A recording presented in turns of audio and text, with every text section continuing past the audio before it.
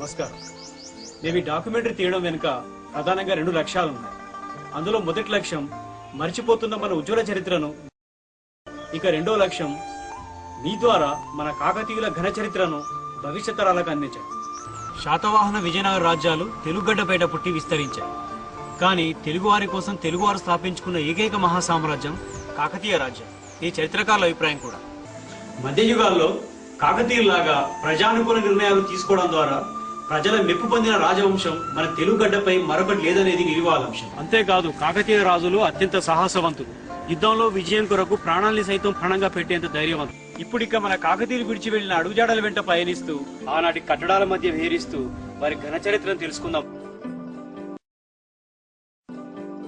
కాకతీయ సామ్రాజ్య స్థాపనకు పూర్వం ఇప్పటి హన్మకొండ వరంగల్ ప్రాంతంలో అడవులుండేవి.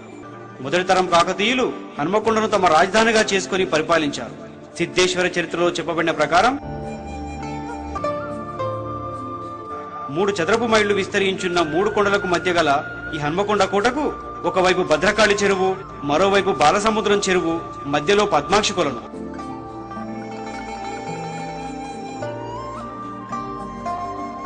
తూర్పు దిక్కులో సిద్ధేశ్వరాలయము, పశ్చిమాన నిషాద రుద్రేశ్వరి, వేణుగోపాల స్వామి ఆలయాలుండేవి.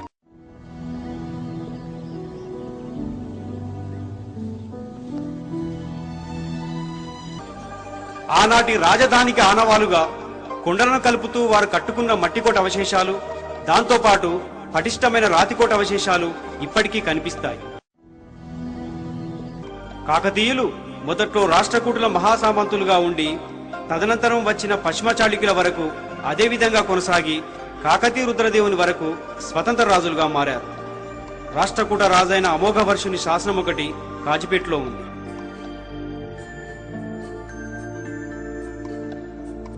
కాకతీయులు ఇతర ప్రాంతాల నుండి వారు ఇక్కడి వారే. కాకతీయ సామ్రాజ్య ప్రారంభం 8వ శతాబ్దం కన్నా ముందు నుండే కలదని 8వ ప్రసిద్ధ చైనా యాత్రికుడు హ్యుయాన్ సాంగ్ తన రచనలో తెలిపాడు. తూర్పు చాళుక్య రాజైన దానార్ణవుడు క్రీస్తు శకం 956లో జారీ చేసిన మాంగలు దాన శాసనంలో కాకతీయుల గురించిన తొలి సమాచారం కనిపిస్తుంది. ఇదే ఖమ్మం జిల్లాలోని బయ్యారం చెరువు. ఇది వరంగల్ జిల్లాలోని మహబూబాబాద్ కి 10 కిలోమీటర్ల దూరంలో అడవిలో ఉంది.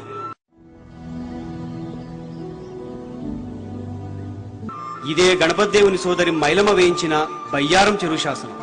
కాకతీయుల వంశవృక్ష నిర్ధారణకు మూలమైన ప్రామాణిక శిలాశాసనం ఇది. క్రీస్తు శకం 1220లో గణపతి దేవుని సోదరి మైలమ్మ ఈ మహాతటాకాన్ని తవ్వించి ఈ శాసనాన్ని వేయించింది.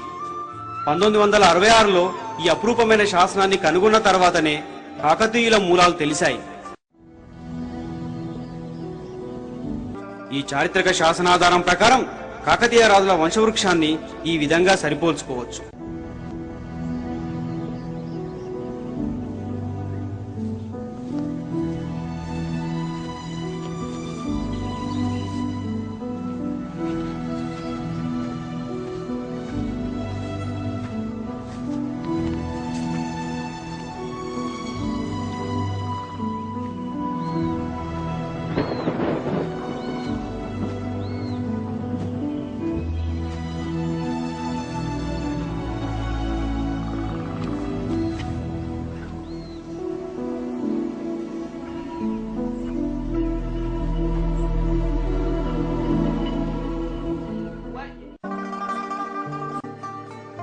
కాకతీయులు క్రీస్తు శకం 750 నుండి 1325 వరకు 575 సంవత్సరాలు పరిపాలించారు. వీరిలో రుద్రదేవుడు, మహాదేవరాజు, గణపతి దేవుడు, రుద్రమదేవి, ప్రతాపరుద్రుడు సార్వభౌమ చక్రవర్తులుగా ఉత్తరాన మాల్యవంతం, దక్షిణాన తమిళనాడులోని కంచి, పశ్చిమాన మహారాష్ట్రలోని కళ్యాణి వరకు తూర్పున బంగాళాఖాతం సరిహద్దులుగా విశాల భూభాగాన్ని తమ సామ్రాజ్యంగా చేసుకుని పరిపాలించారు. ఇప్పుడు ఒక్కో రాజు గురించి తెలుసుకుందాం. కాకతీయ వెన్నయ్య. కాకతీయ వంశమందు మొదట అవతరించిన వాడు ఈ వెన్న రూపాలుడు. ఇతడే కాకతీయ వంశ స్థాపకుడు. ఇతను కాకతీపురాన్ని రాజధానిగా చేసుకుని పరిపాలించాడు. ఇప్పుడు మనం వరంగల్కు దగ్గరలోని చారిత్రాత్మక గ్రామం కక్రాలపల్లిని చేరుకున్నాం. క్రీస్తు శకం 8వ శతాబ్దంలో కాకతీయ వంశ స్థాపకుడైన వెన్నయ్య ఈ ప్రాంతంలో కాకతీపురాన్ని నిర్మించి పరిపాలన సాగించినట్లుగా తెలుస్తున్నది. కక్కిరాలపల్లి, కట్రియాల, పంతిని మధ్యలో కాకతీయుల ప్రథమ నివాస స్థానమైన కాకతీపురం అవశేషాలు నేడు నామమాత్రంగా కనిపిస్తాయి. కాకతీయుల ప్రారంభ కాలం నుండి వారేయించిన శాసనములు దాదాపు వరంగల్ ప్రాంతమందరి 88 గ్రామాల్లో ఎక్కువ సంఖ్యలో బయలుపడ్డాయి. కాబట్టే సుదీర్ఘ పరిశోధన, నిరంతర అన్వేషణ జరిపిన తర్వాత కక్కిరాలపల్లి, పంతిని మధ్య గల ప్రాంతమే కాకతీపురంగా నిర్ధారించబడింది. మరో సాక్ష్యమేమంటే సమీపంలో ఉన్న లేబర్తి వద్ద గల ఈ యుద్ధభూమిలో అనేక యుద్ధాలు జరిగాయి.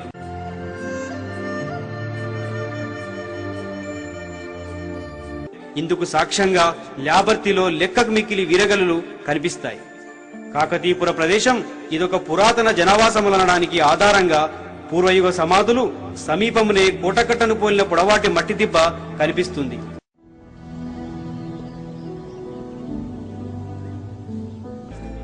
ప్రస్తుతం హన్మకొండ రాజధాని అయిన నాటి నుండి ఆదరణ కోల్పోయి శిథిలమైపోయిన ప్రాచీన ఆలయాలతో నామమాత్ర అవశేషంగా మిగిలిపోయింది. ఈ ప్రాంతంలోనే బెన్నరూపాలుడు క్రీస్తు శకం 750 నుండి 768 వరకు పరిపాలించాడు.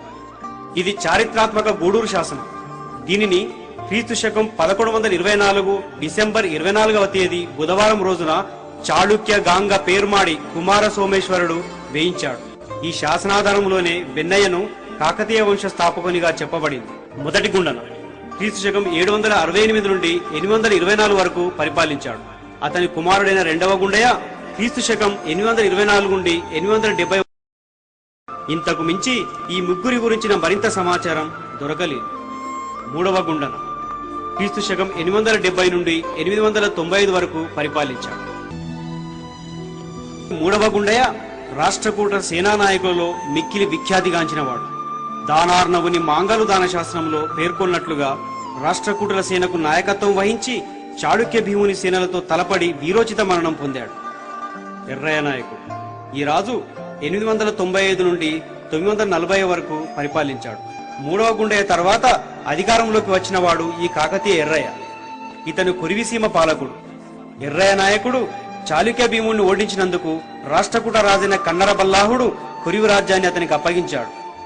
బేదియ రాజు క్రీస్తు శకం 940 నుండి 950 వరకు పరిపాలించాడు. దానార్ణవుని మాంగలు దాన శాస్త్రంలో పేర్కొన్న వ్యక్తే ఈ రాజు.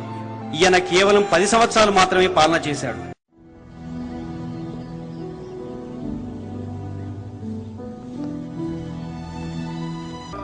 పిండి గుండన ఈయనే ఈ కాకతీయ రాజు క్రీస్తు శకం 950 నుండి 995 వరకు పరిపాలించాడు. బేదియ రాజు పుత్రుడే ఈ పిండి గుండన. రాష్ట్రకూట రెండవ కృష్ణుని కోరిక మేరకు చాళుక్య రెండవ భీముని తొలగించి వేంగి రాజ్యానికి దానార్ణవుని రాజును చేస్తాడు.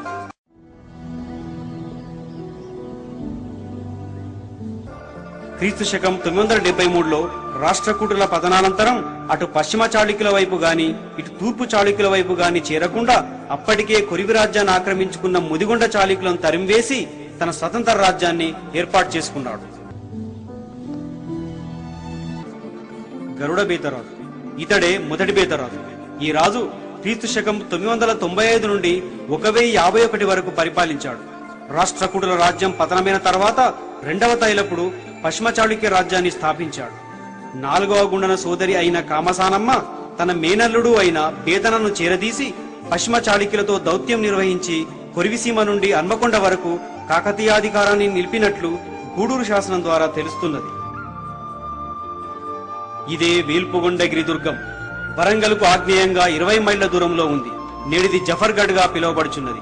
గరుడ బేతన విర్యాల వంశస్థుడైన శూరిని సహాయంతో ఈ ప్రాంత పాలకుడైన కాళయ నాయకుని హతమార్చి తన కాకతీయ రాజ్యానికి రాజధానిగా చేసుకున్నాడు.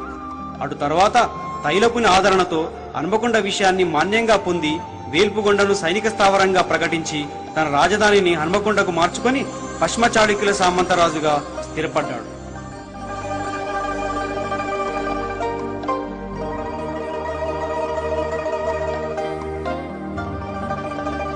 ఇది కరీంనగర్ జిల్లా శనిగరం శాసనం. ఈ శాసనాన్ని క్రీస్తు శకం 1051లో కాకతీయ మొదటి బేతరాజు వేయించాడు. ఈ శాసనం బేతరాజు బాల్యంలోనే రాజకీయ జీవితాన్ని ప్రారంభించినట్లుగాను బేతనను మహాసామంతుడిగా పేర్కొంటున్నది. మొదటి ప్రోలరాజు గరుడ బేతరాజు తర్వాత అధికారంలోకి వచ్చిన వాడే ఈ మొదటి ప్రోలరాజు. ఈ కాకతీయ వంశస్థుడు క్రీస్తు శకం 1052 నుండి 1076 వరకు పరిపాలించాడు. తన తండ్రి గరుడబేతనతో ఎన్నో యుద్ధాల్లో పాల్గొని పెక్కు విజయాలు సాధించాడు.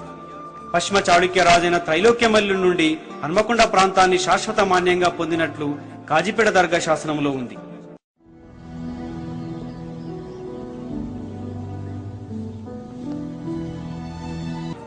బయ్యారం శాసనం మొదటి రాజును అరిగజకేసరి బిరుదుతో పేర్కొంటున్నది. అరిగజకేసరి అంటే ఏనుగుల వంటి శత్రు సైన్యానికి సింహం లాంటి వాడని అర్థం. ఇది కేస్ సముద్రం. వరంగల్కు 40 కిలోమీటర్ల దూరంలో ఉంది. కాకతీయులు తవ్వించిన పెద్ద చెరువులన్నింటిలోకెల్లా అత్యంత పురాతనమైన చెరువిది. అరికేసరి సముద్రంగా పిలువబడిన ఈ కేస్ సముద్రాన్ని తవ్వించింది మొదటి రాజు. తన తండ్రి గరుడబేతనతో ఎన్నో యుద్ధాల్లో పాల్గొని పెక్కు విజయాలు సాధించాడు. పశ్చిమ చాళుక్య రాజైన త్రైలోక్యమల్లు నుండి హన్మకొండ ప్రాంతాన్ని శాశ్వత మాన్యంగా పొందినట్లు కాజిపేట దర్గా శాసనంలో ఉంది.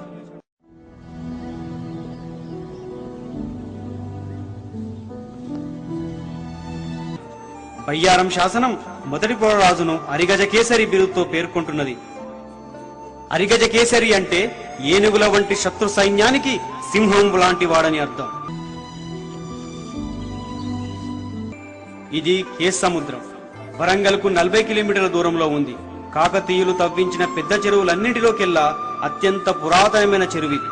అరికేసరి సముద్రంగా పిలువబడిన ఈ కేస్ సముద్రాన్ని తవ్వించింది మొదటి రాజు.